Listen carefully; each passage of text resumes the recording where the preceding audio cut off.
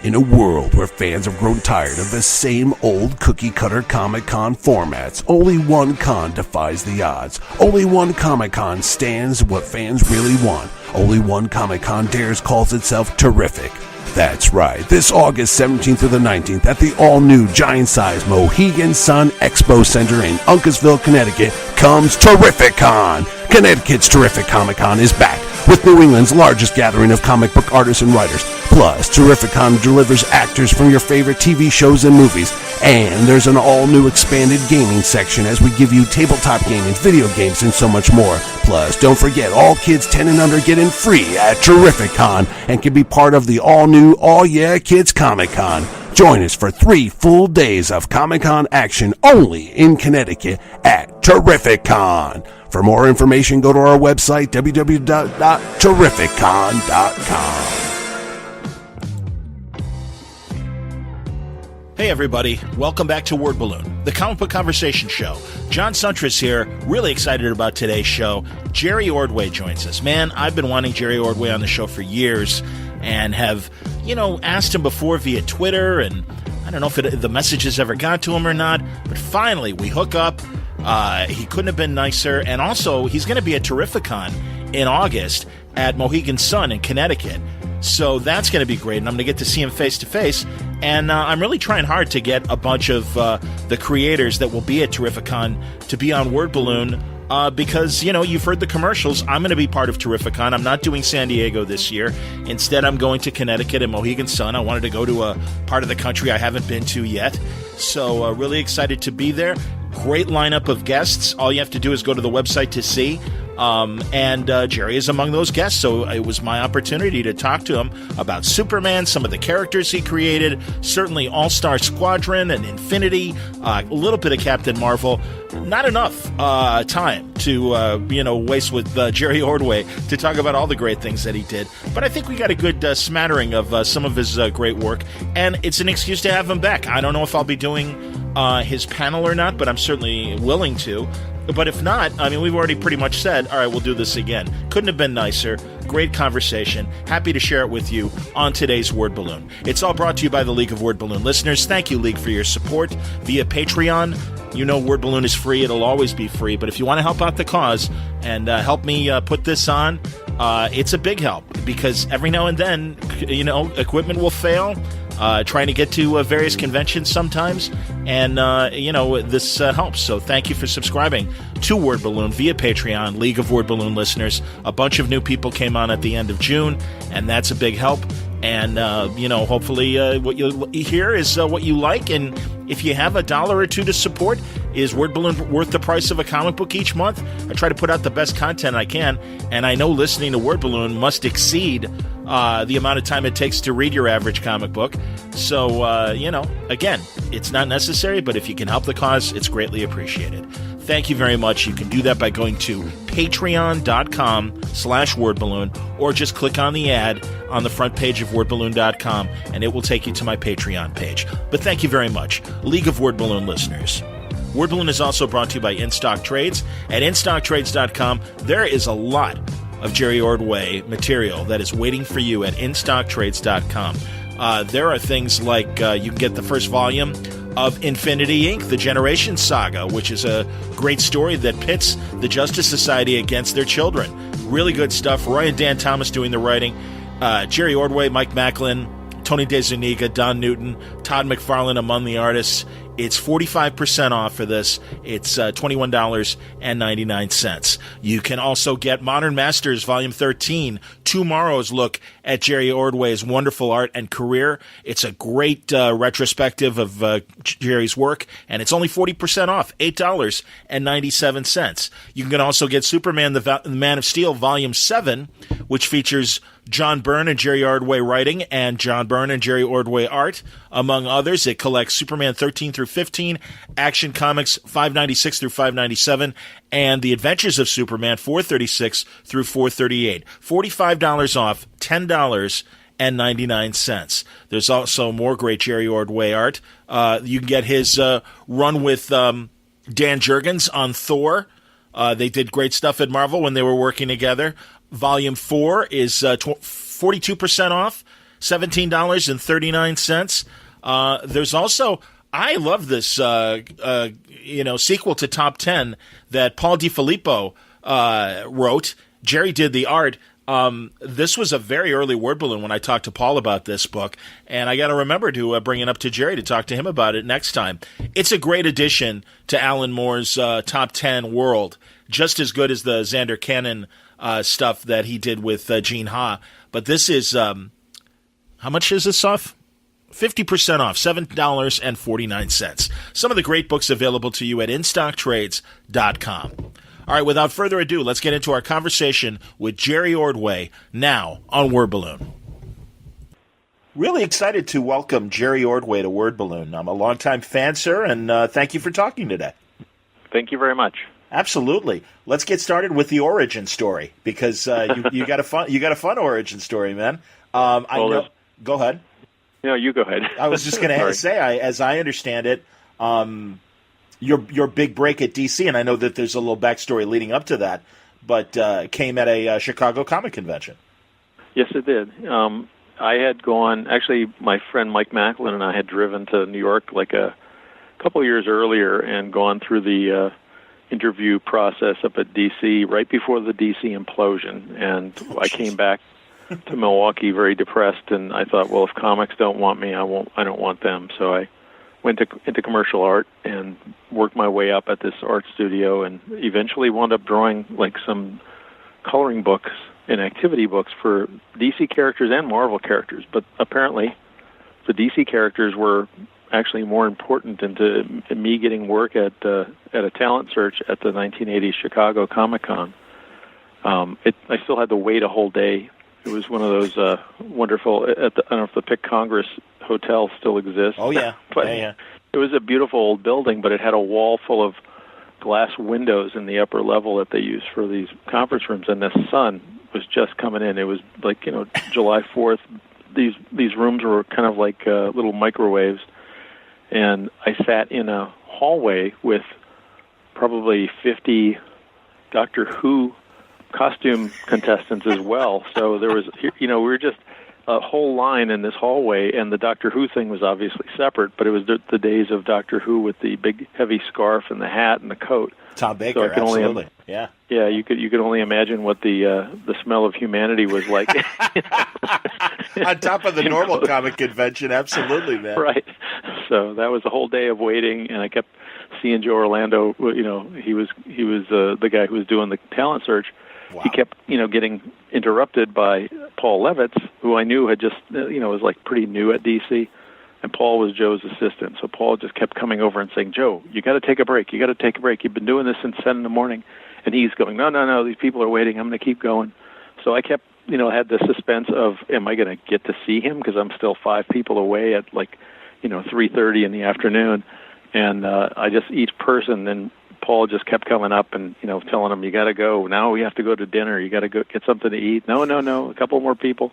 So I get up to Joe, and Joe looks at my stuff, which was all samples from the coloring book work that I'd done, and activity book, and he's looking at this Wonder Woman picture, and he's got this puzzled look on his face. He's like, where are the stars on her pants? And I was like, well, no, you see the stars are in the background, and the kids are supposed to, and he was like, I don't get this. What is this? And then I'm thinking my fate is sunk, and Paul Levitz comes back to tell him to go to take a break again, and Paul comes by and he goes, Joe, we got to, he looks down at the artwork and he goes, oh, Jerry Ordway, we've been trying to get a hold of you. And I'm like, well, wow. After all this whole day. So I went home they had my number and I had their number, and probably the Monday after the show, I got a call from Paul with an 8-page tryout story to ink over Carmine Infantino. Cool. So it was like, oh my God. Yeah. Couldn't you give me somebody really bad? So I was totally, and I was still working this full-time job at the commercial art place. So I was faced with trying to do the 8 pages after work and on the weekend, and I got it done, sent it in. They were happy. They sent me another, and then they started offering me, full-time work. So I think by the end of 1980, I actually accepted to do All-Star Squadron in December of then, and went freelance full-time in February of 1981, and haven't looked back. That's excellent, man. And, well, first of all, a couple of things regarding that story. Am I right? Was the publisher for the coloring book, was it Western? Yes. So, yes, and they were in Racine, Wisconsin, which is kind of halfway between Milwaukee and Chicago, I guess. Oh, okay, because I wasn't sure if it was Dell and Western, that company, which I know also did comics, but also would do licensing things. So is it the same company? Separate. They were separate. Yeah, it was the same company, but they were separate entities. Dell was based in New York City, and Western was there. They did puzzles, games, coloring books, and those magic slates were their big thing. You know, sure. Anybody old enough to remember the magic slate? Sadly, but they had this template. Well, they had this thing where these must have been moneymakers for them, because I did quite a bit of magic slate work over, the couple of years at the studio, and then when I got out and was working at DC, I still would get calls from them to do some freelance stuff. So I wound up doing a bunch of toy property magic slates, which were really difficult, because they were printed in such a way that they must not have wasted any cardboard, because it was like a U-shaped frame, and the artwork had to run they'd ask for all this artwork, but it was such a weird shape. Like I said, it was more of an upside down U, but they would want art running up the left side across and then down, and it didn't matter what the property was, because sometimes the properties were. You couldn't do any bleed, if anybody knows what bleed is. You couldn't bleed there, so you had to end your figure in that live space. And sometimes you'd get a car, and a car is like, okay, how am I going to draw this car unless it's straight on? But then you had to have some kind of flow. These things were really tricky design wise, and I guess I was able to figure it out for them, because, like I said, that was one I think I wound up doing a couple extras for over the years, like GoBots was the Transformers. That was the other Japanese property that I guess, Western thought would be a big hit. A big hit, yeah. And it's just funny, there's like a battlefield of toy properties that were kind of cool but never got traction back in the 80s. Oh, yeah. Absolutely. Am I right? Magic slates were kind of, you had the stylus, and is that where you'd like kind of trace or draw things? It had right. There was a plastic sheet over a kind of a wax board, and you draw, and the plastic would stick to the wax, and then you'd pull it up, and it would erase. And you could, clearly, as long as you didn't engrave or rip the plastic, you could keep using those indefinitely. Yeah, they were great. Oh no, and especially in that low-tech era. Oh yeah, absolutely, man. And it was a great way for kids to learn how to draw. And again, you make a mistake, you pull up the plastic, and you got the blank slate again, and you start over. Plus, it's the perfect thing for that period of time, because nobody's artwork was saved, so all their terrible magic slate drawings are gone. It's kind of like Etch-a-Sketch. They were, intentionally meant to disappear, like the Snapchat of the 1960s to 70s. Absolutely, man. That's awesome. You're right. Low-tech Snapchat. That's fantastic. Very funny, man. So All-Star Squadron, I got to tell you, man, I am one of those kids. I think because I grew up at the very end of the 80-page Giants and the 100-page Spectaculars, so you'd get those Justice League 100-page Spectaculars and stuff, and they would have the reprints of the Justice Society stories.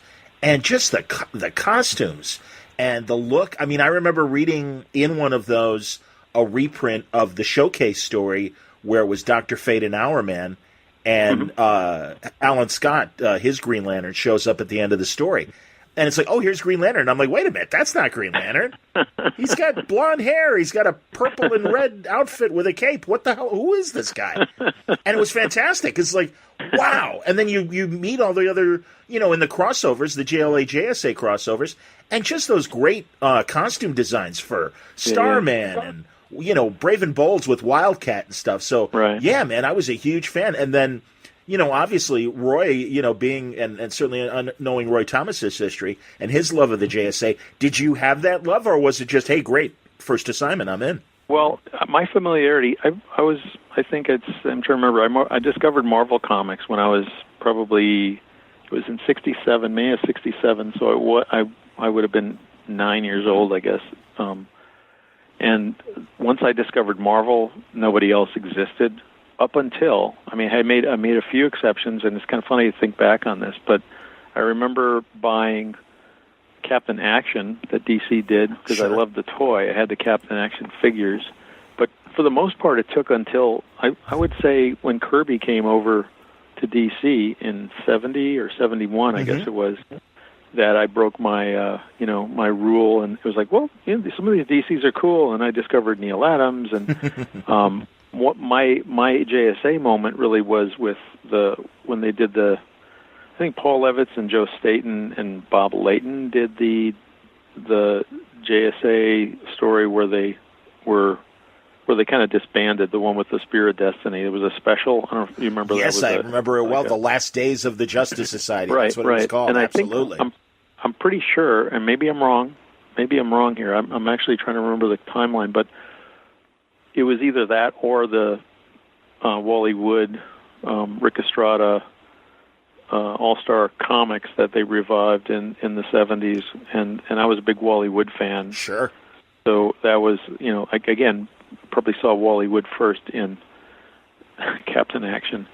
So yeah, it's funny how a toy property can draw you over that. But yeah, those were cool. And my favorite thing in the Wally Wood run of that was the Golden Age Superman, because it was like, wow, this is a Superman who looks kind of different, and he's got white hair. Yes. And I also remember Our Man standing out, of course, Power Girl. Yes. But what was the other one? Because Wally Wood just did a great Our Man. There was just what he did with the blacks on the costume and the mask and stuff. So those were elements that definitely appealed to me. And when I got to All-Star Squadron, I mean, Roy's enthusiasm and his, this guy, this was like the book that he wanted to do since he was a kid. So, absolutely, yes. Those are often fraught with problems because you're almost, you love it too much that then the company has too much leverage over you or whatever. It's too easy to hurt your feelings. I don't know. But I was able to learn kind of on the job. And Roy sent me a box of literally a cardboard, box full of Xeroxes of 1940 stories with each of the characters, the versions or the type of costume and the artist that he liked from his childhood. So that was my reference for, because I was doing finishes, and finishes are always hard to explain, but Rich Buckler technically was doing layouts. Okay.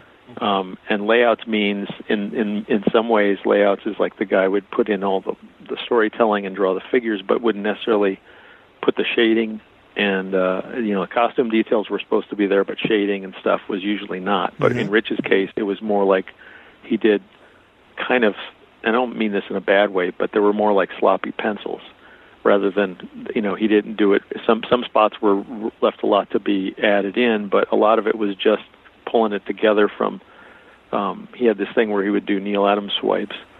And I'd heard from Joe Staten, who's one of the first pros I think I had contact with, but Joe had said, Rich has got like a bunch of kids working for him, and he just basically has cutouts of all these comics with poses, and then he pastes them on the page and says, here, put this here, put this here. Almost like art directing. And then these kids would lightbox these poses onto the pages, and then he would go over it and, like maybe unify it somehow. Sure. But he was, that was his method, like his Henry Ford assembly line method to do what amounted to like maybe 4 or 5 pages a day under his DC contract. Crazy. So, but yeah, so that was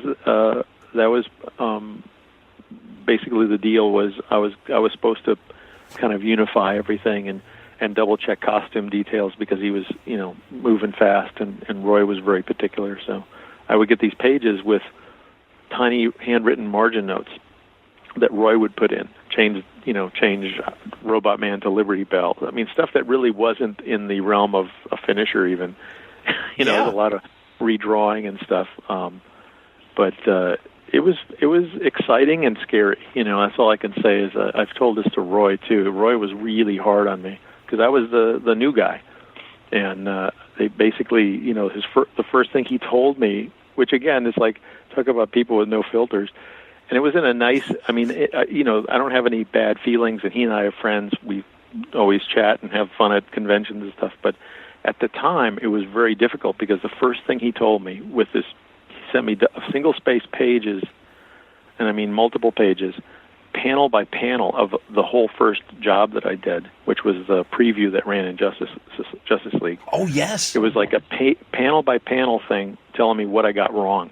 But he prefaced it with, I thought Dick Giordano was going to be the finisher on this book. So, obviously I'm still adjusting, and I think there's something to work with here, but here's what you got wrong. And it's single-spaced, 2 pages is a lot. And that went on for pretty much every issue that I did up until I think I started penciling the book. By then, he kind of trusted. He knew I wasn't going to screw up the Golden Age Green Lantern is left-handed, et cetera. There's not a lot of details, but it was. I always look at it as it was like going through the gauntlet. It really was. And all the while this was going on, technically Len Wein was the editor, and Len was the guy who put me on the book. So Len would try to run interference for me, in ways that made it worse for me in a way. So I was kind of caught between, Len, who had written the JSA characters and the Golden Age characters and was a huge fan of those. Sure. And Roy, who definitely butted heads over what this book was going to be. DC and I think Len really wanted a Justice Society book, and Roy wanted All-Star Squadron to be these second-string characters that he built up into something.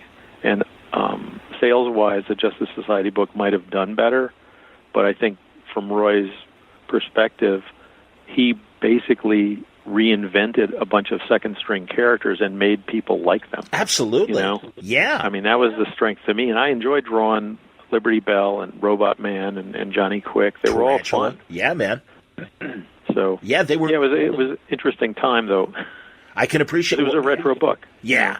Well, yes, it was set during World War II, and Roy had already shown his ability to write great World War II stories for the modern era, doing the Invaders at Marvel. Yep. And I was a fan of that stuff, absolutely. With oh my God, and now I'm blanking. Johnny Hazard's creator, Frank Robbins. Oh yeah, Frank Robbins. Yeah. Yeah, great. I mean, the problem with those things is even back then there is an industry kind of bias. It was the era where superheroes kind of really squeezed out everything. I mean, you still had Sergeant Rock and you had Weird War Tales. Yeah. I mean, DC was publishing some, the mystery books and stuff, but as that comic store situation opened up, a lot of that other stuff disappeared, and it was pretty much just superhero stuff. So, that's Roy interesting. The direct market kind of killed the other genres. Yeah, no, I firmly believe that, because the direct market at the time was pretty much rabid superhero fans. True. I mean, if you went on a newsstand, you would get people who weren't necessarily fanatical comic fans, but they liked, Tarzan, or they liked Sergeant Rock, or what have you. Yeah. But once that comic market, became prominent, you could tell what they were buying, and they were buying superheroes. So, I mean, DC for years went through that even with like some of their mainstream, Batman always seemed to have some juice in that market, but Superman was a character that you could not sell in the direct market. And it came down to, at that point, I mean, people didn't used to order through previews. You would just go into a comic store. So the comic store owner was the most important man in that chain, because whatever he ordered is what his customers got.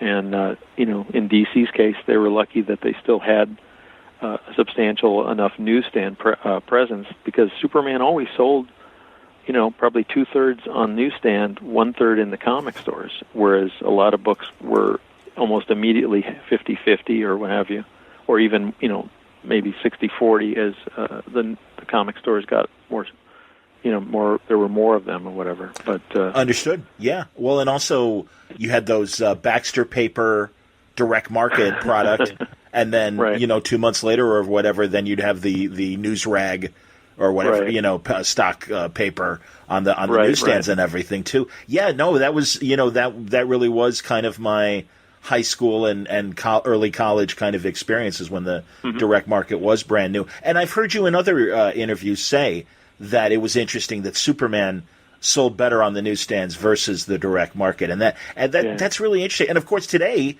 it really is kind of still the same case, where even though you do order your comics through previews, store owners really do dictate what they stock, and Right. certainly in today's creator-owned world and stuff, along with DC and Marvel and the other main publishers and stuff. No, it very much is the store owner's taste that dictates how well a book sells or not.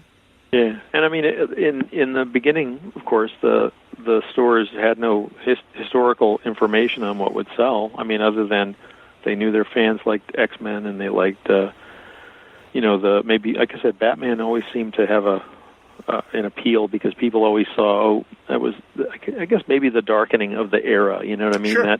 That started probably. It was probably hand in hand with the 70s, movies becoming more dark, and the pressure really for Batman was a character that probably could go a little bit more adult as well, whereas Superman is pretty firmly fixed or was always fixed as an all ages character. You could pick up, and that's important too, because you could pick up a comic book and give a kid, here's a comic to my nephew who's on a long drive or whatever, and you could not feel like he was going to be somehow corrupted by something horrible, So that all that fits into the market. But yeah, All-Star Squadron being set in the 40s was kind of even though in that era it had at least had other books, companion books set in the World War II or the Old West or whatever, it still kind of went against the grain. So I think the market kind of pressure on to do more of a current day type of book is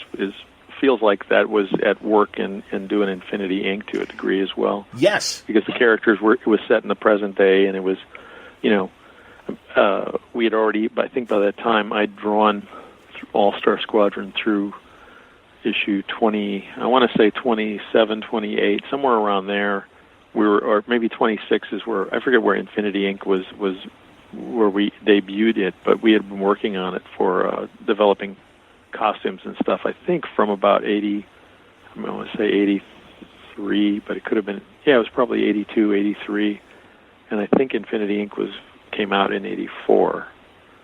But yeah, so that was, the sales on All-Star Squadron had also leveled out fairly early. I think the first issue sold a respectable 200,000, and then DC actually implemented royalties in between, the month that their royalty system, which was a new thing, and we're giving artists and writers and everybody a piece of the sales. That happened with the second issue of All-Star Squadron, which generally there's always a big drop off. Sure. Even back then, everybody would kind of buy a first issue or buy even 2 copies of a first issue. Wow. The hardcore comic fan would plunk down their money, and maybe that issue would be worth something 2 years later or 3 years later. So there was always an inflation. So the first one sold really well. If we had gotten a royalty on that, I think we'd all been really thrilled. But the second one, I think it had already dropped to maybe 130 or something. And so we only made royalties on the 30,000 that sold over 100, because that was the threshold. That's the deal. Okay. Yeah. Wow. So by issue 4, I believe, or 5, we were hovering around 100. Which again, you look back on that and you think, well, that's 100,000 sales. That's pretty good. That means you're reaching 100,000 people, as opposed to like nowadays where some of these books sell 14,000 or whatever. Yeah. I mean, it was a larger audience, basically. Well, sure. But I think that's when Rich left. He left around that time when maybe sales numbers indicated, this isn't going to have a royalty. And at that time, that was a valid thing. People would try to get on a book that was good selling, because it meant that their income was going to be supplemented beyond a page rate. Certainly.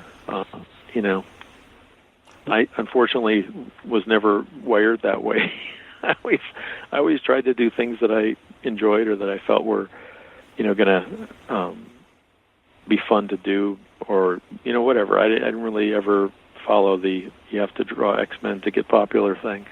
I hear you, man. I always felt like that was, and again, everybody's got their own their own rules, but I always felt like pandering was one of the worst things you could do. Sure. And that felt like a pandering thing to, I'm going to do X-Men, or I'm going to do whatever, whatever it was. Like when I did the FF with Byrne, it was like, well, I was a big Fantastic Four fan, but I was also a big John Byrne fan. Certainly. So. How long were you on Fantastic Four with John? I did 8 issues of inks and finish. It started out as finishes, and then I just said, "Look, you need to pencil this because the book is selling on you. It's not selling on me." I was just feeling a little uncomfortable. You know what I mean? It's like I was the guest star in the TV show, and John was the star. I hear you. And his look was a big part of it. Course And it was, absolutely. when he started doing breakdowns, it I was left to put in some of the surface details and stuff, and I felt kind of like it was on the very first issue I did that I experienced this. I said, I'm working too hard. I'm not sure I'm getting him. So from that point on, he went to pencils, which was all mutually agreed. I was happier that way too. But 8 issues, and then I went to Crisis. Wow. Yeah. And you did a lot of finishes for George on that, right? Yeah. Well, I mean, it was funny because these things always, or when you look back on them, you think it seems kind of amusing. At the time, it's always like kind of stressful because you're thinking, well, gee, the reason I left DC, I bailed on Infinity Inc.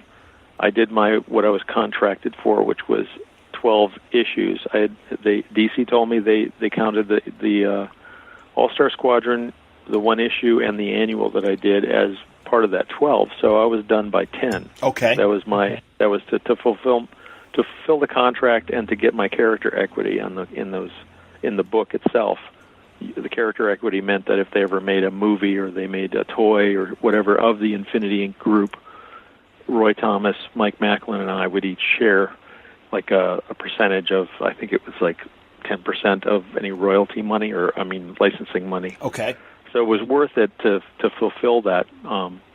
But yeah, I was just a little bit disappointed because I couldn't get a page rate increase. And it was really simple. It was one of those stupid things where it was really over. I think I was at 80-something per page for pencils, and I wanted more, and it was like, no, that's where you're at for the level. And then I got a call from Marvel, and they said, hey, what's your page rate? And I told them, I said, but I'm looking for a raise. Well, we'll give you 100. So Marvel was willing to pony up 100 and then bump my ink rate up as well to get me. And then the minute I told DC, I said, hey, they're offering this, I'm just going to go. And from that time on, then they spent, a lot of effort to try to get me back. So all my rates went up the minute I left. That's always the way. That's always the way, man. It is. They don't appreciate you And until you threaten to leave or do leave. So no, I come from radio. It's the same thing, man. Absolutely. Well, and that's one of the things that I look back in with a little regret in my career is that I think I always followed my heart in a way, and I worked with the people that I liked, and I think I pretty much lost that negotiating power, especially when later on with DC. I just basically should have left when I was unhappy, and instead it was like, well, I like DC, I like the characters, et cetera, et cetera. So there's, when you're younger, I think it's easier to do that than when you have kids and you're looking at kids in college and what have you. The pressures change, but ultimately I think the best thing for your career, I tell that to anybody, I say, look, you can be loyal, but ultimately you have to be valued, and most times you're valued if you leave or you have another offer. That's, I guess, the lesson that is harder to do when you're freelancing, because when you're in a job that pays a salary, it might be easier to negotiate something than if you're a freelancer, because you can be easily replaced as a freelancer. So you kind of always, I think you always are a little bit more insecure about your standing, because none of it's guaranteed. Agreed. So, yeah, no, it's and especially today in today's gig economy, where really people are kind of, if not freelancers, contractors, and are always looking. It's if now you mentioned, if I may, and if this is too personal, forgive me, but I'll ask the question anyway and take the consequences. You've created a lot of characters that have kind of made their way into Mm-hmm. television and film. And I think of Cat Grant, obviously, in Supergirl. And aren't you a co-creator of Cat Grant? Yeah. Are they taking care of you? And I'll just leave it at that.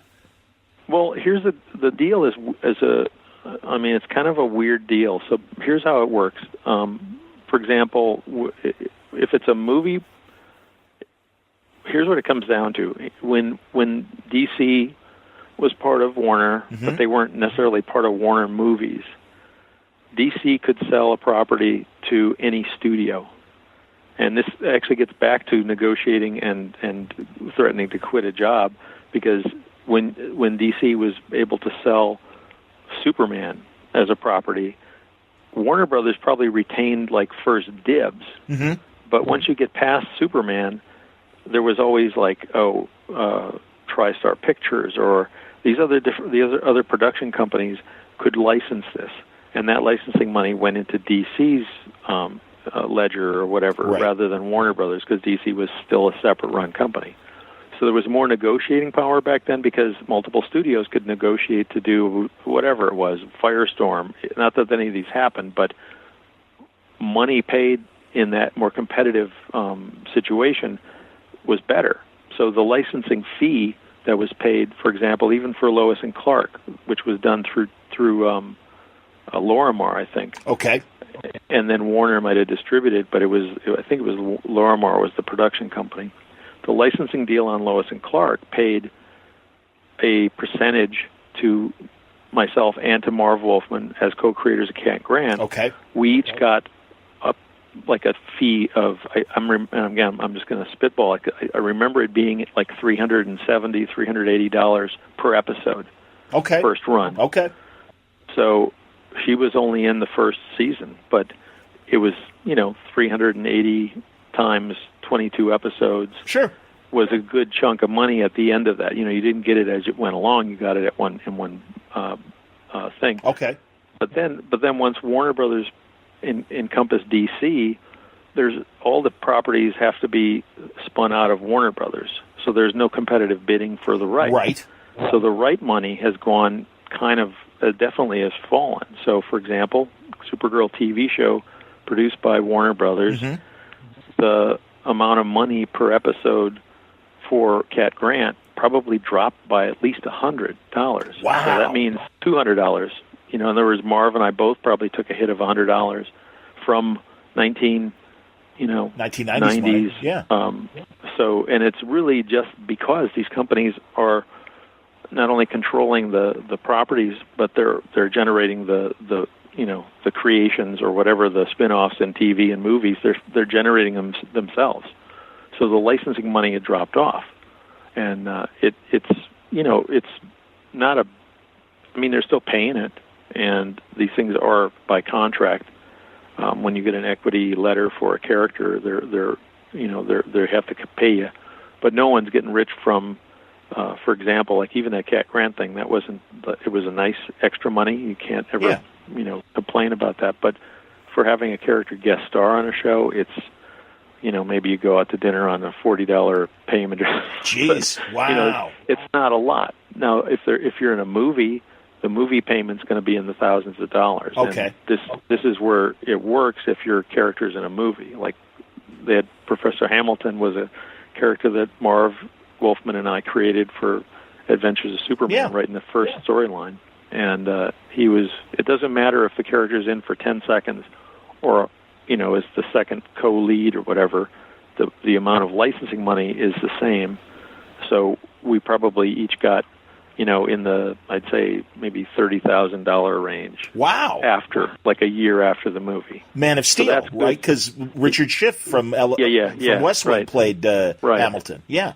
Right. So that's a one-time payment, and then maybe you get residual stuff from some other, money from the movie. It's not, I guess, I don't even know how that works, but you'll get like a smaller amount later on because it's still, I think a licensing fee is still paid for. So DVDs or when it runs on cable, things like that. Right. Okay. Right.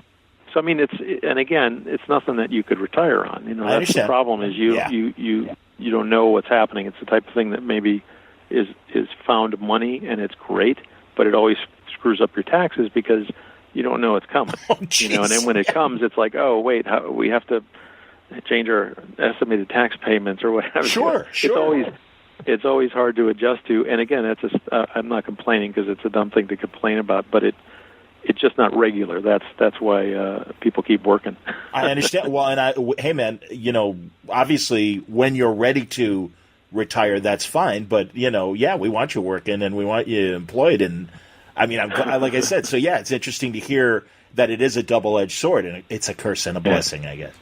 Well, the cool thing is, I mean, it's still pretty thrilling to have a character pop up on TV or in a movie. I mean, it's anybody who says it isn't, it would be lying. Even if it's not exactly the way you envisioned it, you can be disappointed, but still, like, wow, this is kind of nice. And the one thing that you don't get, though, is you really get, you don't get much acclaim outside of that small circle of comics. I mean, people who remember are the only ones that. But that's still, as a personal thing, it's like, wow, this is cool that this character somehow has, 30 years later or whatever, people still remember it enough to put it on a TV show, and other people then get to enjoy it. So that's still a neat thing. Absolutely, man. No, and as an older reader and stuff, sure, that is totally a thrill when these TV shows suddenly do dig deep. And it's like, oh my God, look! I mean, even well before the Suicide Squad movie, hey, look, Pam Grier's Amanda Waller. That's fantastic, right? And the cartoon certainly too. I don't know. I don't know if Kat ever made it to the Bruce Timm universe or anything like that. I think she did. Did she? Okay. I mean, she's popped up. Yeah, it's funny because there's another character that at the time when I was doing the Adventures of Superman with Tom Grummett drawing it, Jeanette Kahn, who was publisher at the time. Jeanette had said, and this is something I was always aware of. I don't know if the other creators were really thinking this way, but I grew up in Milwaukee. I grew up in a mostly Hispanic neighborhood, so my friends were Mexican and Puerto Rican, and you were part of that neighborhood. Yeah. And when I got on Superman, I said, this whole property is really white, and now I felt like. Because you see it. You don't. I guess a lot of people don't realize. But when we were kids, we're reading a comic. Superman could be us or whatever. Right. I mean, we could see it in there. But for some black kid or some, Puerto Rican kid or whatever, they're looking for a character, and they may say, "We'll gravitate to Wolverine or whatever character," but it's not really reflective of them. Yeah. Yeah. So I've always felt. I mean, I've always been sensitive to that, and when we did. Basically had to force Gangbuster into the Superman stuff, but Gangbuster to me there really weren't very many Hispanic characters. True. That was a big deal. Yes. And I made him a very important part of it. So Gangbuster existed, but then, Jeanette had said, she had just talked, I mean, she always traveled in these great circles, but she said, I just came from some meeting with, it was someone, either an alumni or someone who is connected with Brown University, and they said, do you think you could add some character to the Daily Planet staff who might be a Brown University graduate or whatever? So I said to Mike Carlin, it's like, well, sure, we can add. There's always room. There's a lot of reporters there, and a lot of them are background characters, and you develop them after a while, or they just always exist in the background. And you go, hey, what's that guy's name? He's always in their background. So we came up with this Ronnie Troupe. Yes. It was Ron Troupe. And we wrote some, stories around him and everything. And the funny thing was I basically borrowed the name from a guy who was doing sheetrock when we, did some renovations on the house. It was like, Ron Troupe, that sounds good, that's a good name. And, so I used the last name. It was Troupe sounded good. And that character, weirdly enough, even though I don't know that anybody has done anything with him after I left Superman, but I did a bunch of stories with him and his family and stuff interacting. And after a while, I noticed Jeff Johns may have used him, I think, in his Superman Secret Origin thing. And I did see him, he popped up on, I want to say he popped up on one of the TV shows at one point, but he's been in cartoon stuff as well, just like he'll pop up, have a few lines or whatever. So that's also a licensed property in a way. But that's kind of fun. I wish Gangbuster had a better run after I left, but a lot of times either they fall by the wayside, which I don't know which is worse, if no one uses them, or if someone uses them like they did with Professor Hamilton and they turn them bad again and killed him. Like, well, the whole point of this guy was he was supposed to be, the bad guy who reformed, and he's reformed. It's not that he's going to then betray everybody and then get killed or whatever. I always hated that. But yeah, man, no, he was great. And also, I was rereading the lead up to Doomsday, and he's the one who isn't he the one that tells Superman, hey, your body is kind of like a battery where you kind of collect solar energy, and if you don't replenish it, you could be at a very low energy level or whatever. Right. And no, he was great. Or coming up with his space apparatus. So when he was in exile, and which was such a great visual. You do love Superman being cosmic and running around the universe and everything, but I did like the way you guys all scaled back his powers, that he would kind of need a breathing apparatus, and it was kind of more astronaut-y in the way that he was traveling through space. I thought that was cool. Well, it's one thing to be able to be invulnerable and be able to fly in space, but it always felt like, for us, I know, when I got on the book, when I got on Adventures of Superman, it was me and Byrne was doing the two other books. Right, Superman in Action, yeah. Marv, I don't know, Marv, I think, never really found his way there because of that. Maybe there was too much, it's hard to be like the second guy if you're used to being the first guy, I suppose. Sure. That's a big thing. So, and John was definitely the guy leading it because he's the guy who did the relaunch. He did the retelling of the origin, etc. Yeah. But so my goal was always to try to have him scaled back. I didn't want him pushing planets. I didn't want that type of thing because to me it was not relatable.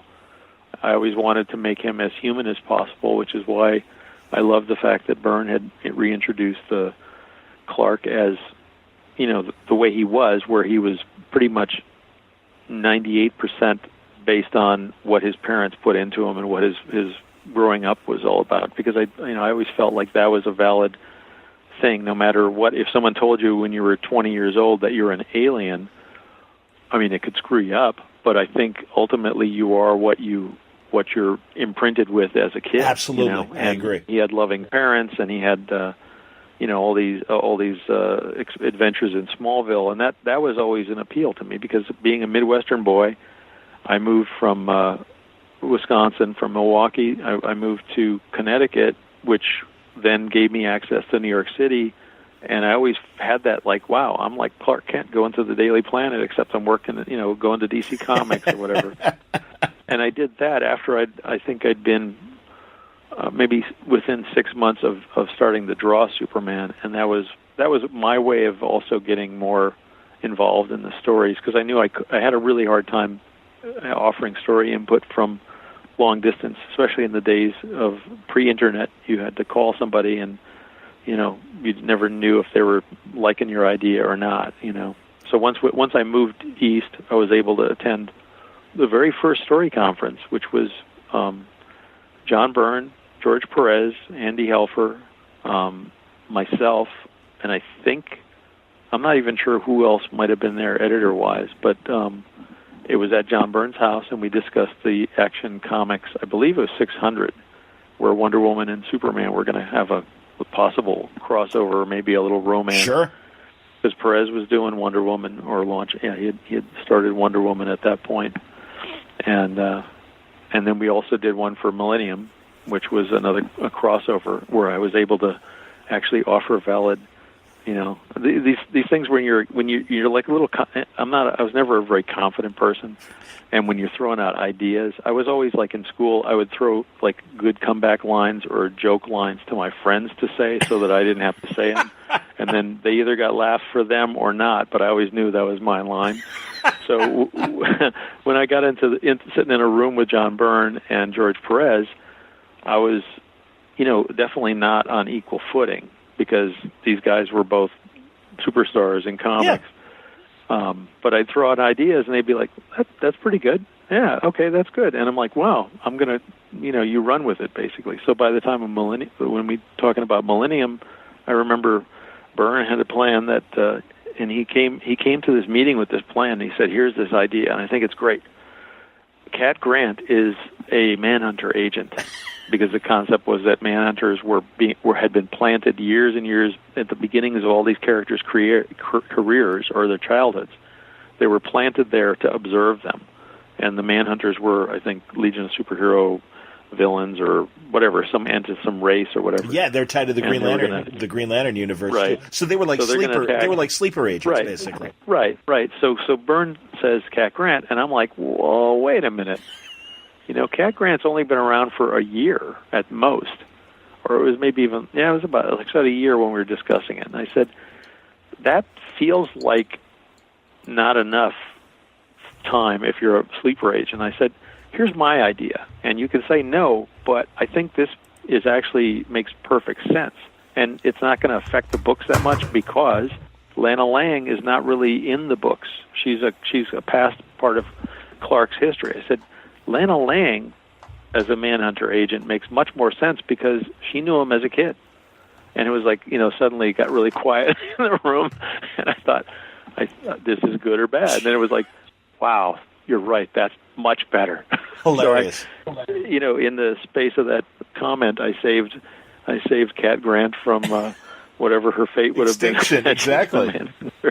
But it made again, it was a story thing, and it just popped in my head like this makes more sense if you're going to watch somebody and the person you're watching is from Krypton or whatever, then you're going to put somebody in their childhood, and maybe that person subtly influences or what have you. So they were, and that was really the beginning of that, getting a little confident or more confident as far as pitching stuff, because I always threw ideas at Roy, I threw ideas at Marv, but most times you're at the mercy of, well, I don't want to do that, or they'd come up with a reason why it couldn't work or something. So. No, and Cat Grant became a very complicated character. She was kind of an aggressive, and I really appreciated that they kind of kept a lot of that in Callista Flockhart's portrayal of Cat as well in Supergirl.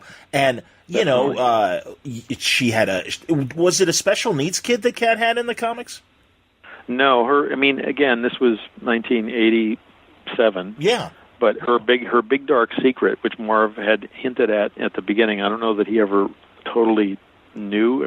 Sometimes you just come up with something and then you go, I'll think of it later, which happens a lot. But when he revealed her deep dark secret, it was just that she was divorced and she had a kid. Okay. And that in a situation like, I guess the way it works is if you're dating, obviously, and you're young, and you're dating and you have kids, it could be a problem for dating, but it also is a problem for work if you have so she had like a little maybe 8 or 10-year-old boy or something in the story, and that became, and her her ex-husband, I think we did more with it after Marv left, but I think he set up the Morgan, there was like he had a similar name. It wasn't Morgan Edge, but it was some guy who was like a rich guy who basically, had taken the kid or something in the divorce, or was just giving her trouble, something like that. That's right. Yes, yes.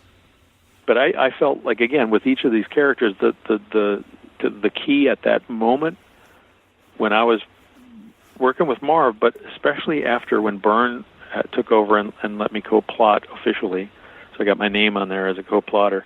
One of my things was always that Byrne had drawn or had approached Lois Lane a little bit too 1940s Fleischer Superman, and it made it. Anybody I talked to, the fans, they were like, "Wow, she's really not very nice. She's so mean to him." And so the point of Cat Grant, which I think Marv even wanted to do, was to upend that triangle of Lois, Superman, and Clark by having, we did much more of this later, but having Cat Grant like Clark more than Superman, yes, which then forced Lois to go, wait, was I wrong about Clark? So she was an important part of getting Clark and Lois together in a logical way where you'd go, yeah, now I can see why he loves her. Sure. Rather than, wow, he's like a masochist because she hates him. Why is he pining over her? So that was the whole point, was to kind of upend that, and we orchestrated this thing. Again, these were my input, mostly with Byrne, was to get Lois with Jose Delgado. Yes. To kind of give her a relief from the Superman, pursuit of Superman.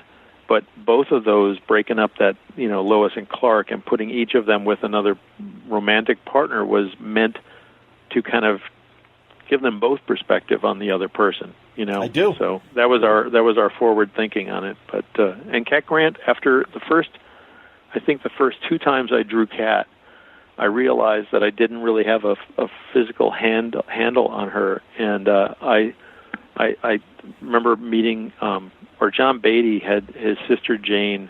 He had sent me a picture, and it was a picture of him and Jane or whatever. And I went, "Hey, would Jane be willing to be a photo model for Cat Grant?" And John said, "Well, I'll take a bunch of pictures. She'll be happy to do it." So I used Jane Beatty. John's sister Jane was, and she was super attractive, but she had the distinct hairstyle that became, the Cat Grant style or whatever. And that helped. It always helps to write stuff for a character when you have a feeling for what that character might be or how they might be different. Sure. You always have to unlock a character. And I'm jumping ahead, but when I took over writing on Superman, when Byrne had left, I had a lot of trouble initially trying to figure out how to write for Lex Luthor, to not make him just a mustache-twirling bad guy. It was like he had to have some depth, and what would his voice sound like to me? And as funny as it is, and again, it's no reflection of John Byrne, because John and I he was so great to me. It wasn't like, John Byrne is Lex Luthor, but John has this very distinct way of looking at the world, and the very somewhat slightly inflexible. Like he would create rules about certain things. Yes. And he would adhere to them. He was just like, this is the way things will be from now on. And so I thought, wow, you know what? I'm typing dialogue, and I started hearing his voice speaking the lines, and it just unlocked it for me, And John's not an evil genius. I understand. He's a genius, but he's not an evil genius. It was just his speech pattern helped me break away from thinking Lex Luthor via Gene Hackman, because that's kind of limited. Agreed. It was fun, but you're right. It was limited. Go on. Well, it's limited in that, he's there was only really one good the really one good performance to me in the first movie, and then the other ones were a little bit less. Yeah. But yeah, so to do a character and have a voice in your head is really important when you're writing. So it helped me define who Lex Luthor was. And Roger Stern always, focused a lot on the Lex stuff. And I never told Roger that I was hearing John's voice when writing it, but that was it. And Morgan Edge was the other evil business guy. And Morgan Edge, I always felt like the difference between him and Lex Luthor was that Lex Luthor he loved power, and he would do anything to get power and to keep power, whereas, Morgan Edge was the type of guy who probably pulled the wings off of flies as a kid, and and I illustrated that in one story where I had him run over a raccoon on the side of the road when he was driving in the country, and he actually swerves into it to run over it, and that was meant to show the difference. It's like, Lex Luthor's not a serial killer or a total deviant, whereas Morgan Edge is somebody that you wouldn't want your 20-year-old daughter in an elevator with, because he's probably not going to act nicely. Wow. Yeah. So, and all that helps. I mean, it all helps in building stories, because you can find stories that fit that, Understood. Absolutely, man. No, and, it's true, and I'm really glad you point out Ron Troupe. I forgot you had co-created Ron, because also, like you said, Jose Delgado, and now I'm blanking again. What was his we just talked Gangbuster. Thank you. I was going to say Crimebuster. Gangbuster, of course. No, I really appreciated him as a street level hero, and also his love and devotion for Lois, and that he was human, and when he would, fight his villains and stuff, that, he wasn't he like was he paralyzed? Yeah, he got we had him.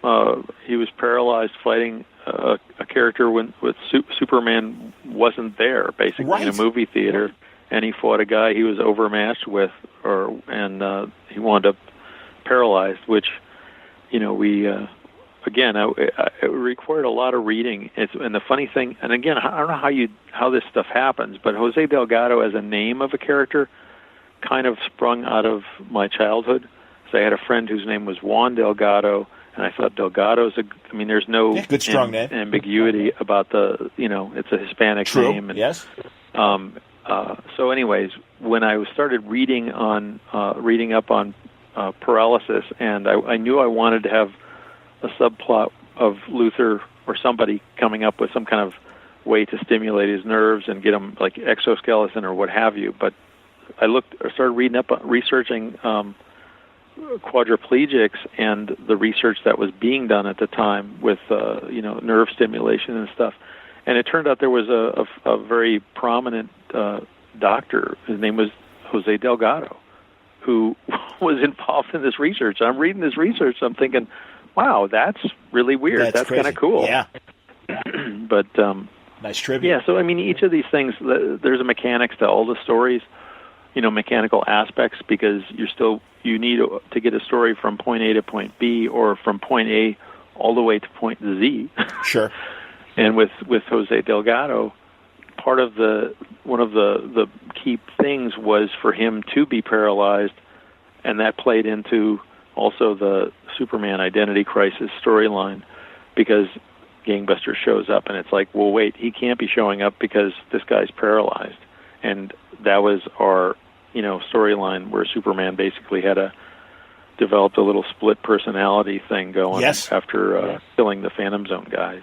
So yeah, that was that great. became yes, and that was a really fun story to reread many years later, because I wrote the introduction to a recent omnibus that DC did with that and the Exile in Space storyline. So I was reading the identity crisis part, and I thought, this really does hold up. I mean, I don't like to pat myself on the back too much, but Roger and Carlin and I did that, and with Kerry Gamble, I think, drew most of the issues, and Dennis Janke inked, and Brett, I think maybe even John Beatty was part of it at that point. Maybe Brett, I think it was before Brett might have been. But yeah, just as a story, it held up, and that was the seeds of that went back to Byrne, because John had the idea of doing something. I don't think he was going to do it as a reaction to killing the Phantom Zone stuff, because I think that came up kind of organically while he was drawing that issue. But we had talked about this Superman somehow, maybe a villain creating some split thing in his head, maybe Brainiac or something at the time, and he said, well, I've got the perfect name, Alter Ego. And I was like thinking a little protectively of Roy. I was thinking, well, Roy's got Alter Ego. Right, his character, yeah. I think he has a trademark. And I said, and John was like, well, that doesn't matter. It's not a comic book character. And I was like, well, why don't we just use Gangbuster? And again, it was like it fell into place, because here's a character you didn't have to introduce a new character.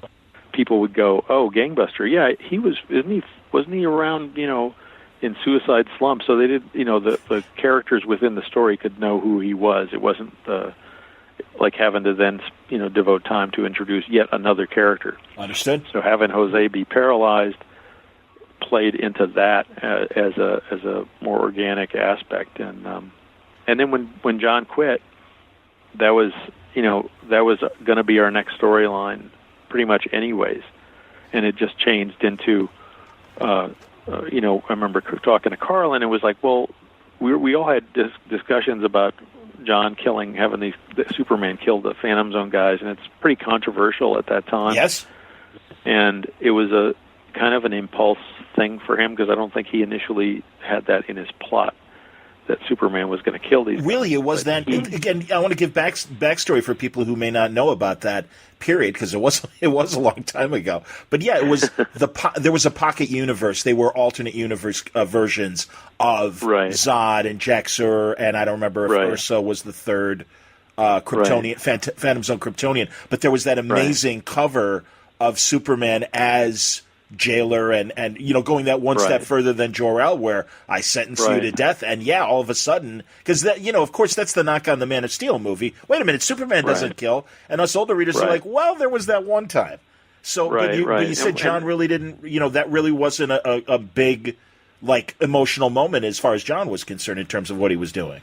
Well, I think it was. He knew it was a big thing, and I believe, when we first talked about the Pocket Universe story, that story existed to begin with. That existed to appease the Legion of Superhero fans. Right.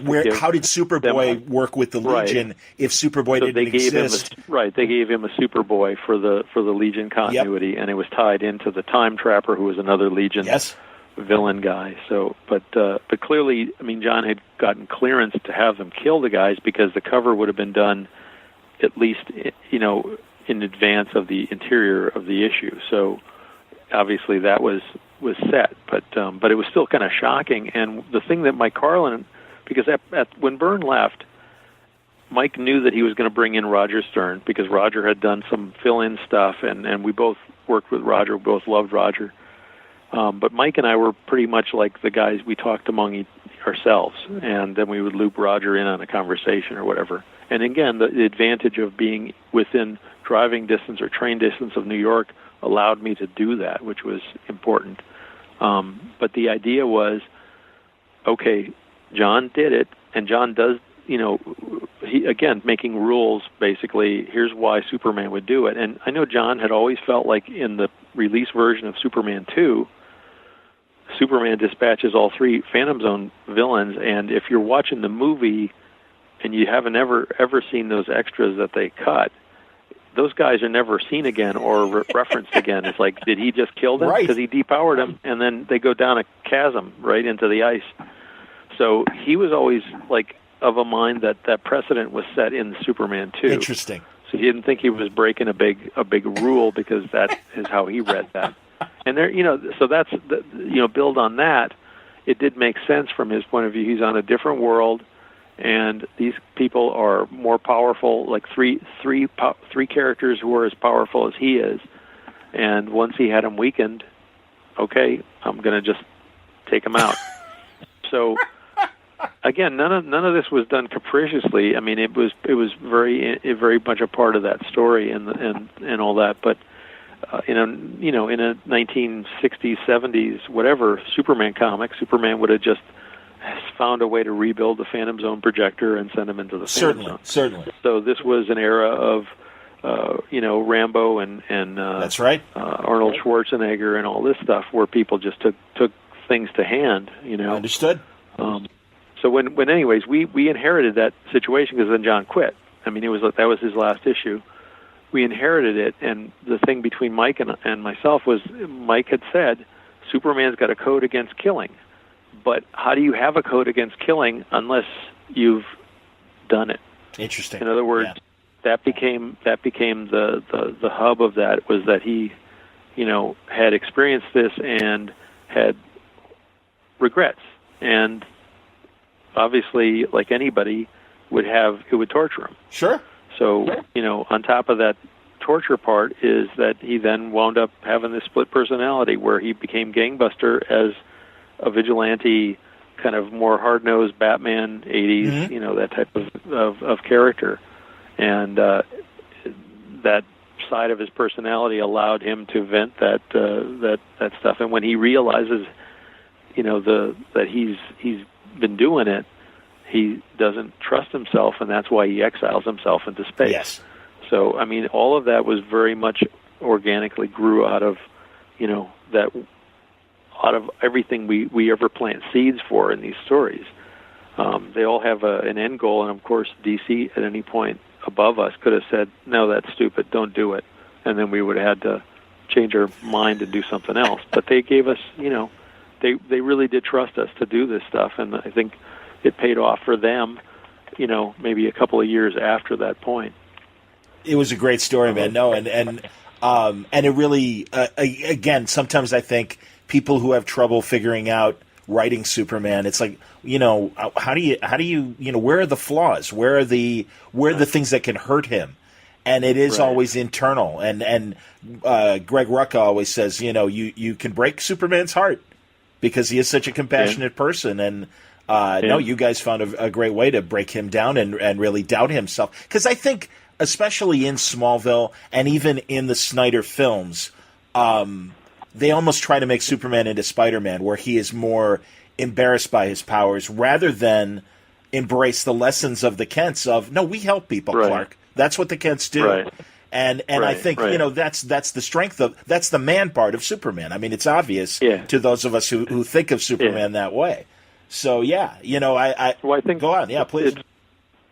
I would say that speaks also, though, to the decades between the 1978 Superman and the Man of Steel. Even though I've liked the Zack Snyder, I like the two Superman, Batman, Man of Steel. I really, really enjoyed them. Really, go on. Yeah, and please. I would have taken like just a few little things, and I think I could have appeased the fans who found certain stuff abhorrent.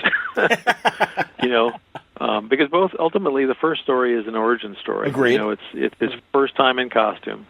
It's his first time really doing Superman stuff in public. And I would argue with people after Man of Steel. I said, here's the thing. He killed Zod because Zod put him in the position of, I'm not giving up. Right. And if there was one brief moment at the end of that battle after he kills him, and this is me because when I was a kid I wanted to make movies. Everybody does. I would have just taken that one scene right after he kills him, and I would pull back, like a really distant shot to where you see just him and the figure of Zod surrounded by all of this destruction of Metropolis, and would have just had him, oh my God, just some kind of sense of, what have I done? Yeah, I was protecting, but what happened is, just something to reflect on, that I was part of this. Understood. Yeah. And I think it would have appeased people who, felt like it went right from him killing Zod to suddenly the jokey scene with the military guys and the eye in the sky or whatever, the satellite that he throws at their feet. It felt like that could have still worked, but maybe you just need that one moment of reflection of, holy crap, what did I do? I do, and because people go on. No, I was going to say, I mean, I think that would have been a natural reaction, and it seemed like the type of scene that should have been in there, at least on the DVD or Blu-ray. It should have been a cut scene at the very least to have him reflect on this, because the reason we always tried to steer clear of big fight stories is because every time in a big Marvel fight story, it was an abandoned warehouse or an abandoned district or whatever, and it would just, someone would destroy tons of buildings, but you never had a sense of casualty. Right, no collateral damage. Doomsday, right, yeah. The whole point of doing Doomsday was like, okay, Dan Jurgens wanted to do a big fight issue because that's what Marvel did, and we were always trying to get people to buy the book, and we just had a hard time selling it to, like I said, to comic stores. So Doomsday was, okay, nobody in the room wanted to do the big fight story. That's what Marvel does. That's not what we're doing on Superman. We're doing the character stories, blah, blah, blah. So after his idea initially was dismissed and nobody came up with anything really better or substantial, I revisited. I said, hey, let's go back to Dan's thing. If we did this thing and we did a big destructive fight, we'll do it our way. And we wound up crafting pretty much that into, you got to see people homeless, you got to have to accept the fact that there's casualties. All these things are important because that's what happened. Yeah.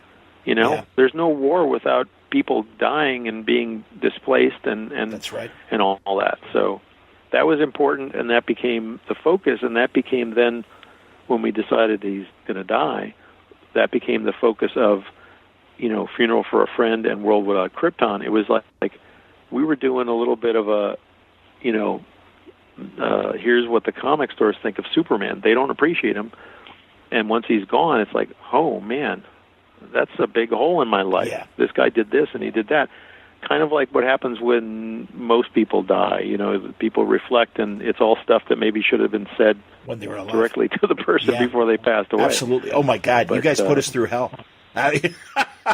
Truly, that was so great. It really was, and also the build-up to that that issue. If it was Superman 75 or 6, when the final fight between him and Doomsday, and you would slowly reduce the panels, and we had 4 panels to 3, 2, and then the final issue, just splash page after splash page. Oh my God, it was epic, absolutely. And then, like you said, Funeral for a Friend, it really did. It lingered, and good Lord. And then also to cancel the book with Jonathan having his heart episode. And it's like, wait a minute, what are you doing, man? That was great. You guys played us well.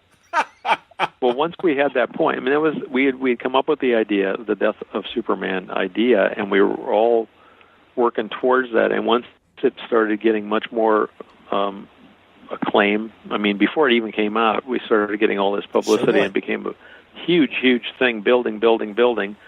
Mike Carlin said, okay, we're going to have another meeting, another story conference, and we're going to try to unlock this thing and make it, because at that point, it went from being just a Superman story that we'd hoped would get comic stores to buy it, to being like a bit of a phenomenon before it even came out. So we went in, sat in a meeting, and worked out and made it much better and much more involved, because we knew it needed to be more involved. Cool.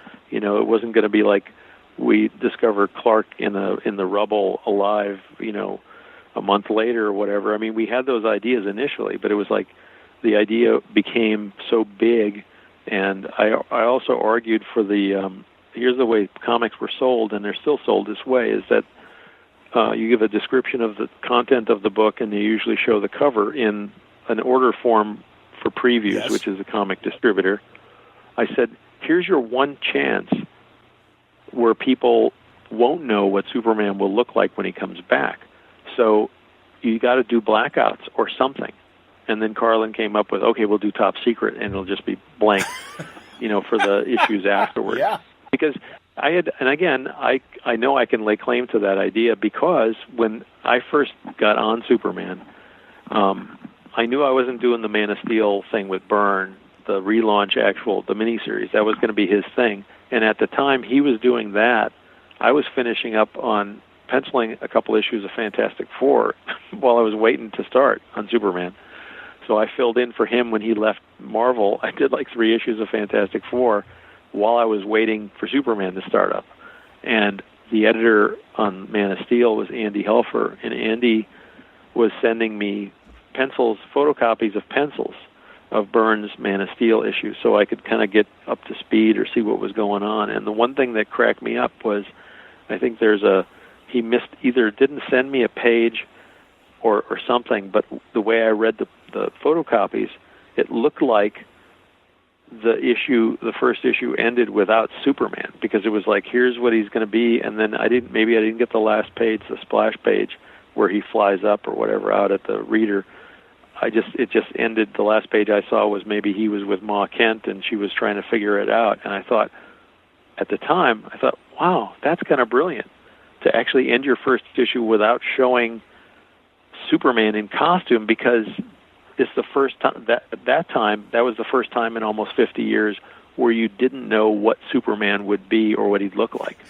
So, you know what I'm saying? Yes. It was going to be the ground floor thing. So then when I realized later, it was like, oh, no, we forgot to send you the last page. It was like, oh, that's kind of a missed opportunity then. So I revisited that. I thought of that again when after the death. I thought, well, we knew we were always going to bring him back, but this is the first time that we can do this and have people not know. He could show up as a guy in a black costume. He could show up however. And then that led to, well, we're going to do multiple Superman. Yes, the reign of the Superman. Wow, yes. So that was kind of cool. But it really kind of came out of this idea that the audience, after having that book canceled, they would not know what the status quo would be, and we would use that as a marketing lever. Because that's the only time you can do that with a known property. Sure. Were you the 4 different Supermen? How involved were you in terms of, was one of those your specific idea, or?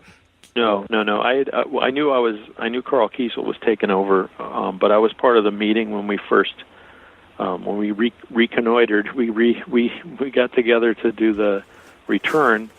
My as I recall, my daughter had just been born.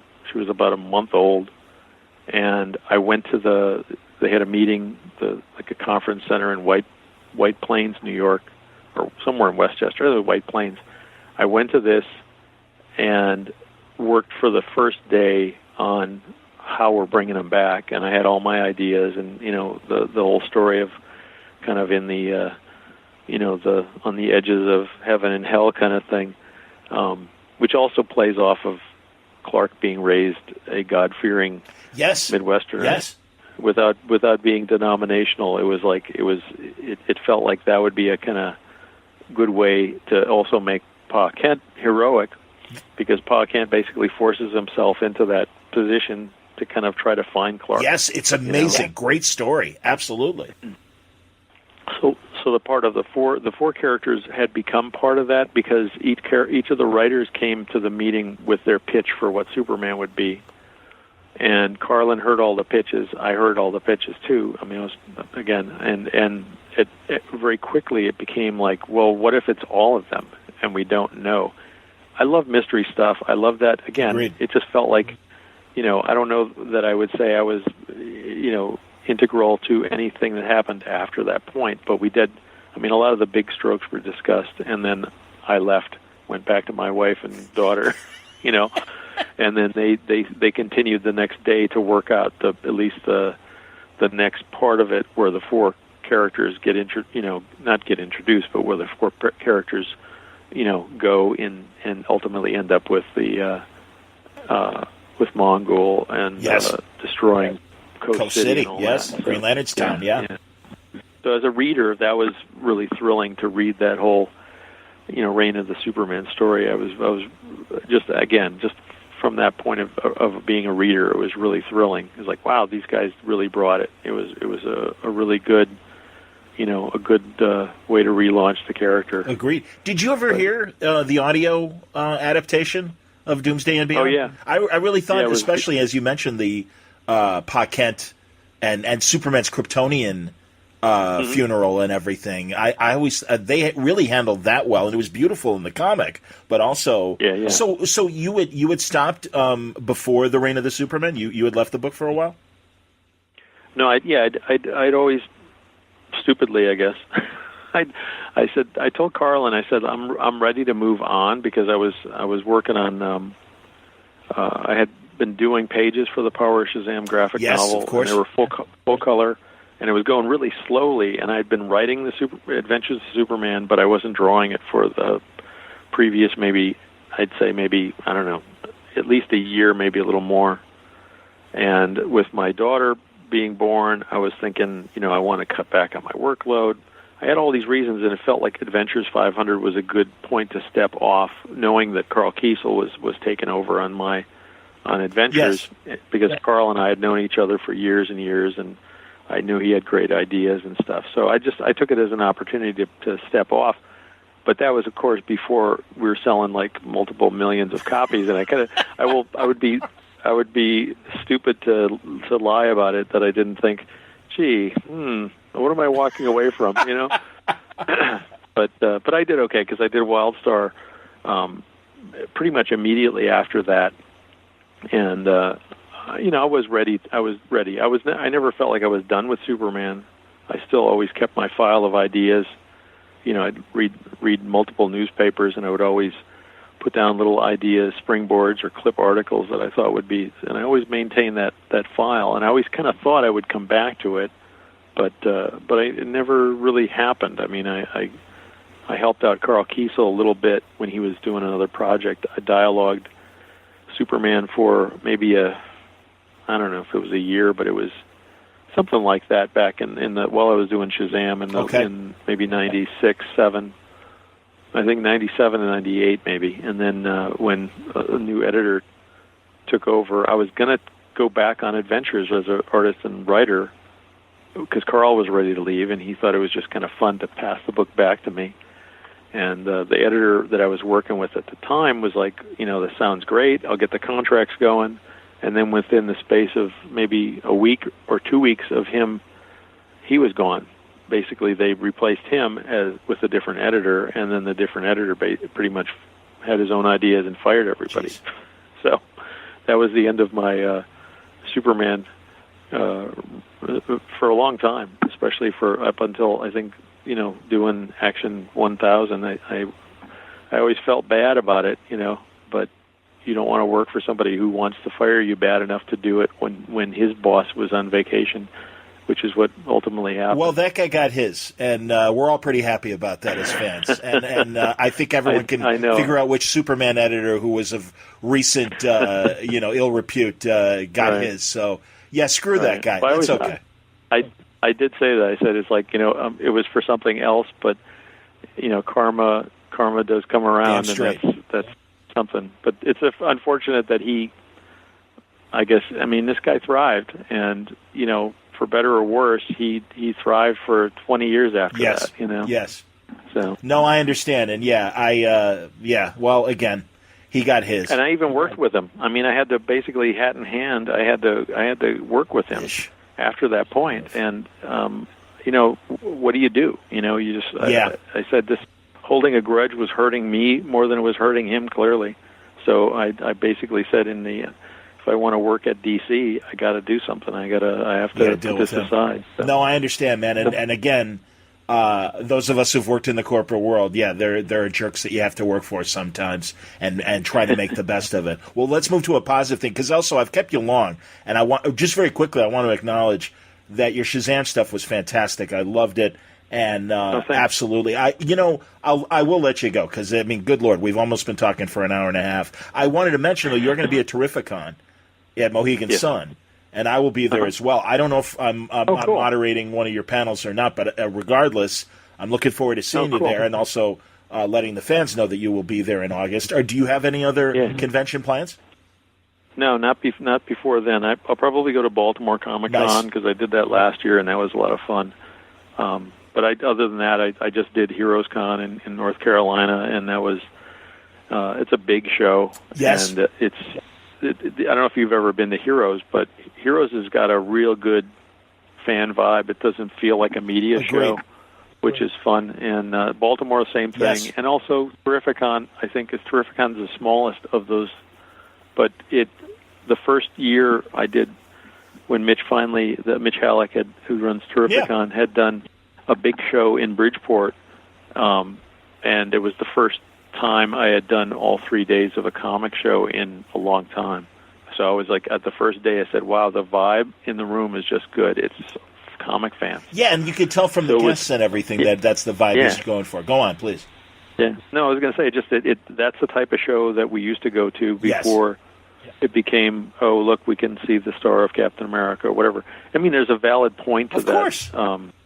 But when you do a show like that, people, generally, your audience is split. So you have a standard number of people who are there to see the stars, and they're in a different section, and the people who are there to see the comic creators are in a different group in a different section. Yep. And there's not a lot of overlap. And there's physical reasons for that, because if you're paying big bucks for a photo op with movie stars, you're going to be waiting in line like half of your day. Yes, you know what I mean? I do. They just put you in lines to do this, and then you move to another line to do that. And if you have multiple photo things, you're never ever going to get on the convention floor and buy anything. You know what I mean? Agreed. So it's fun to be at a show where people are like looking to, get their books signed and interact. And I always, when I do these shows, it's performance for me. Sure. I'm not putting on an act or anything, but I do I work at home. Sure. When I'm out, I'll talk to the people I'm signing or drawing a sketch for, because it's interesting to me. These are people I would normally meet. What do you do for a living?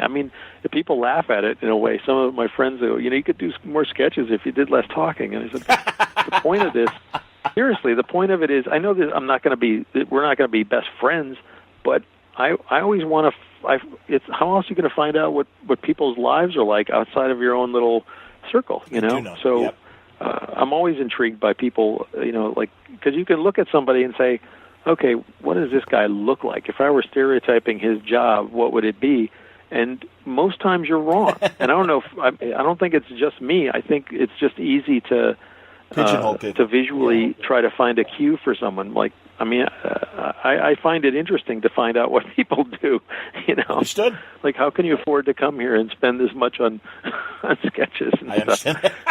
That's a good point. You know what I mean? I mean, that's a valid thing. It's like, if you're working at Starbucks, chances are you're not going to have that extra money to spend on a photo op with movie stars for $500. You know? I do. I mean, that makes me that interests me, just because, again, you do lose touch when you're working at home. You know, you just don't have that same experience of being even in an office where you have a group of people that you might interact with and find out their woes or whatever. You know? I do. Well, and also, like you said, there is this divide of the people that go to meet the stars, the movie stars and the TV stars, and the comic community where, you know, and again, maybe because we're older or something, but I just think it is a more enriching experience getting to meet you people that have been writing and drawing these characters, and you've got all these stories, and you know, we know the names, we learn a little bit from the letters pages in previous years, but it really that is the great thing about the comics community, that everyone is approachable, and we get, you know, you get our stories, but we get your stories as well, and just like the you know, time you've just spent with me right now talking about some of these behind the scenes stories that inspired what you guys put on the page. You know, that's great, and I would rather spend, you know, hours at a convention in Artist Alley than waiting 3 hours for, you know, if you're lucky, a 2-minute experience of standing next to Chris Evans. And I think 2 minutes is probably generous, you know, because I know they whip them in and out of there. My favorite story about that is my buddy went to get a photograph for her boyfriend of him and William Shatner, and his eyes were closed in the photo. And so they go back to the people doing the photos and like, hey, we'll wait at the end of the line. Can we redo the photo? They're like, oh, no, we'll fix it. And they literally went in Photoshop and put dots on his closed eyes. So he looks like olive oil in like a Max Fleischer Popeye thing. And yeah, what was supposed to be this great keepsake for her boyfriend is like this sad, you know, yeah, we spent $300 on William Shatner, and yeah, our eyes are closed and we look stupid. So well, I went to the Ace Comic Con show. It was on Long Island. And for listeners, in that's the guys who used to run Wizard Magazine, Gareb Shamus's show. So yeah, tell me about that show, please. And they did a Justice League signing event where they had pretty much everybody except Ben Affleck. Wow. Signing as far as the group of Justice League characters. I went to the show, and I went with Mitch from Comic-Con because he was driving. We went up for one day. Funny. And I had drawn Henry Cavill as Superman as a gift because I was told that I could give it to him. I wasn't looking for a photo thing. I just thought I'd be able to hand it to him, say, here's a drawing from, you know, Superman artist drawing you as Superman. I also did one of Gal Gadot? Yeah, let's call her Gal Gadot. We know what you're talking about. Wonder Woman, of course. I did one of her as well, and I just thought, they're at the show, there must be some way to just go hand it to them. And we got to the show and found out, that's not going to happen. Jesus. So Mitch then got mad because he felt we had like some agreement that we were going to get to do this. So he went into his mode that he started using all the people that he knew from other shows where he'd done shows. He recognized people who did the photography, and then he recognized the guys, the guards were, you know, a couple of them were policemen that he knew who do this crowd control at other conventions. So we kind of talked our way up to getting to meet with Henry Cavill, and then leveraged that somehow to get Gal. And then while we were standing in line waiting to get the Wonder Woman, you know, that picture moment, we saw Gareb Shamus and walking by, and Gareb came up to me and said, "Jerry, thank you for coming to the show for the day. Really appreciate it." And we was like, well, is there any chance that the Justice League signing's right next? Is there any chance we could get in there? He goes, sure. So he just waved us over to stand in the special area, and we wound up getting the group shot. And trust me, the experience, everybody was super nice. I'm sure. The actors were very, very gracious, very, very nice. But it's virtually a 10-second interaction. There you go. It's very quick. I hear you, man. I mean, you can say something to them. And as opposed to the William Shatner thing, I've seen all the pictures posted after that event, posted on Twitter and on Facebook, and there's not I did not see a bad picture of any of the actors. That's excellent. So well, that's good. There's definitely a level of professionalism to be on like that, because each one of them, smile is perfect, the eyes, and the rest of us, we don't have that training. So sure. I'm looking at the picture and it's like, I guess I should have extended my neck a little bit. I hear you, man. That's awesome. But it was fun, and I've never done that before, and I think the only reason I wouldn't have done it if Mitch hadn't been there, because I would have just accepted it and said, okay, I guess that's the way things go. And I would have just gone back to my table and signed and sketched. But he was like, no, we're going to make a point of this because they said that we could do this, and now we're not going to. It was just funny. So I went along with it. I need more. I think I need more friends like Mitch. Assertive people. He reminds me a little bit of Mike Carlin, because Mike Carlin was also pretty. He was a very feisty guy, and not from the Midwest. And I think the key there is, you know what I mean? I'm a little self-effacing, self-effacing, and it just, well, whatever. There's that some Midwest thing where you just kind of put up with it, and do I deserve that? Do I deserve a picture with them? Nah, it's not that big a deal. Right. So, I'm glad. I'm glad Mitch had the tenacity to make that happen. And also, as you just said, and I agree with you, it's never the actors. The actors are very happy to, and they understand that, it's the fans that make them what they are. Yeah. But no, it's the layers of security, and again, the way this is set up. Yeah. And also, I do understand, but it does. It grates on me as well, and I'm glad. Like I said, I'm glad Mitch had the tenacity to help you get and you guys up there and make it happen. Well, it's all about math too, though. Yes. That's the thing that a lot of people don't get is if they're paying someone $300,000, literally, they're paying them. Really, those actors all got big bucks, and I think the group shot that we got for free because I'm somebody that Gareb knew. The group shot is $1,000. I think it was $1,000 buy-in. So, I mean, these packages, if you want the whole thing, was expensive stuff. But at the same time, to pay 6 or 7 actors big bucks, they have to do a certain number of them a minute. Really, sure. I mean, it comes down to that, and that it does. It's not like you're going to show up and pay money and become someone's best friend. You're in and out. You walk away, walk over to a place where they hand you a picture. So, and I think in there, if it's smoothly run, a well-run machine like that, they're going to try to do everything they can to not get those bad pictures. You know what I mean? So, I mean, the Shatner experience was probably just somebody who screwed up or who wasn't prepared well enough or something, because they would have, whoever's standing with us, you could see the people next to the cameraman. They would give it a yes or no. So if there was something, they saw it when that snap happened. They'd shoot another picture. If someone, they would immediately do a second. Well, that's good. Because, and again, this was like 10 or 12 years ago, so I'm sure in that time, the people that run these things have figured it out. It's become a smooth-run business, definitely. But go ahead. No, I was just going to say, now, I mean, the changes in that time frame, too, are different in that, even back in San Diego Con, when I would go in the 80s and early 90s, you would see celebrities walking around, and you could just stop them and get a picture with them. But you were holding a camera. That's the only way you had a guarantee to get a picture. I always carried my camera with me at these shows. I put it on a little fanny pouch on the side of my belt, and I always had it handy. So that's how you would get. There was no, we're going to take a picture and it's going to cost you $40 type of thing. So a lot of that business has, and the business of Comic-Cons has changed a lot in those years. The bigger crowds at some of these shows, the more opportunity that people see too. So it's all business, and a lot of it, most of it doesn't feed back into comic readership, that's the one regret.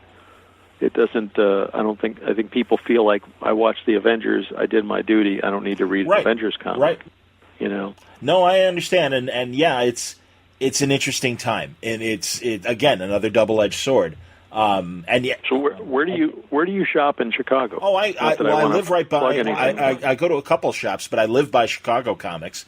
Right there at Clark and Belmont, not too far from Wrigley Field. Mm-hmm. For people listening who may not know the geography. That's pretty cool. Yeah, and that's a great store. And, Challengers is a great newer store that is in Wicker Park and right off one of the L train stops, the Blue Line, right at Right. oh God, now I'm blanking what stop, but it doesn't matter. But that's a great store. My friends Art and Franco, who work with DC occasionally on Tiny Titans and stuff. Yes, right. Comics.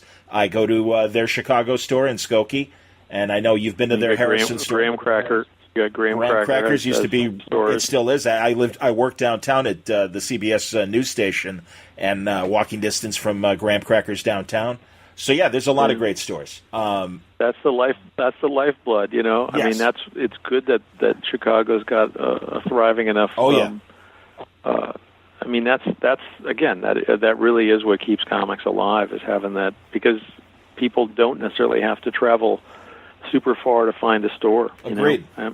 That's important, and having that competition, I think, brings everybody up. I agree with that as well. Everybody's level. No, it's we're very fortunate in Chicago and the surrounding suburbs to have such an active store community, and it's a huge help. And I'm looking forward to seeing you at Terrificon. I'll let us wrap up, man, because like I said, I don't want to take too much of your time. Give you at least part of what's left of the late afternoon back to you. But I hope you'll come back. Oh, as long as I have time to get pizza on Friday. There you go. All right, good deal. But yeah, please come back, because, man, we haven't talked about Shazam. There's still a ton more to talk about Superman. Hell, even more to talk about regarding the All-Star Squadron, Infinity, and the Justice Society as well. But Batman movie comic. The Batman movie comic, indeed. I have stories about that too. Oh man! All right, well I got to see the set. Yeah, all right, Jerry. Then we're gonna. Yeah, I hope we'll. I'll definitely look you up at Terrificon and Mohegan Sun. Okay. But let's try and maybe either later this year or as we get closer to the Shazam movie. That's a good excuse to have another conversation with you. But thanks for talking today. Absolutely. Well, thank you very much, John. How about it? Great conversation with Jerry Ordway on today's Word Balloon. I hope you enjoyed it. It was brought to you by In Stock Trades at InStockTrades.com. There are great books waiting for you at In Stock Trades. How about things like that also include the work of Jerry Ordway? Thor versus Thanos. Great Dan Jurgens stuff. It is 42% off, $14.49. I wonder how much of that story made it into the Thanos-Thor battle in Infinity War. There's Captain America by Dan Jurgens. That features the art of Andy Kubert and Jerry Ordway. Trade paperback volume 1, 42% off, $17.39. Jerry also worked on Infinite Crisis along with George Perez and Yvonne Hayes, Andy Lanning, and others. But the trade paperback that collects the miniseries is 45% off, $8.24. Or there's even Justice Society of America Volume 3, Thy Kingdom Come. You can get parts 1 and 2, 50% off. It's just $9.99. Also, Red Menace. There's another book that, again, I had the writers on years ago, and that was Danny Bilson and Paul DeMeo, the guys behind the original 90s Flash TV series. They wrote the Rocketeer movie, and this was a great creation that they did with a McCarthy-era thought in mind of taking a look at the superhero during the McCarthy era. Red Menace.